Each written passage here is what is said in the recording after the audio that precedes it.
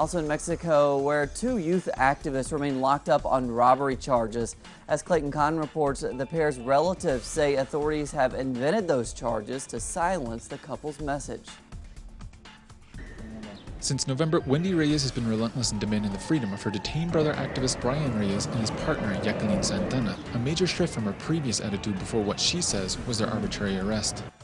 I was not very addicted or had any interest in politics. I was zero politics, and if you were to talk about politics, I'd turn the other way. While the authorities charged the couple of robbery, Reyes believes the criminalization of her brother and Santana was to send an ominous message to other youth activists. Yet she says it has backfired, provoking her to be more critical. To me, justice is setting free all political prisoners. They have no reason to be locked up.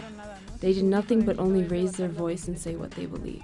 The duo's legal team echoes the sentiment that the case of Brian Reyes and Jacqueline Santana is part of a broader strategy to criminalize social protest, especially young activists. Since the imposition of the regime of Enrique Peña Nieto, a series of provocations against students and populist movements has been fomented.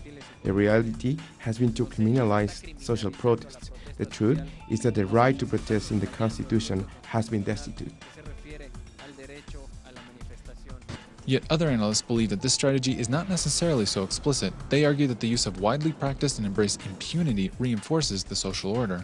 There is not any order or instruction from the Interior Ministry to repress youth, but what there is an absence in 2 things: a sentence and sanctions. They should tell us how many sanctions have been applied against public functionaries that commit abuses against youth. Although legal injunction affirming the innocence of Reyes and Santana was recently granted, rights defenders denounced that in the Mexican capital alone, only 1 public official has been charged for state abuses against political actors since 2013. Clayton Kahn, Telesur, Mexico City.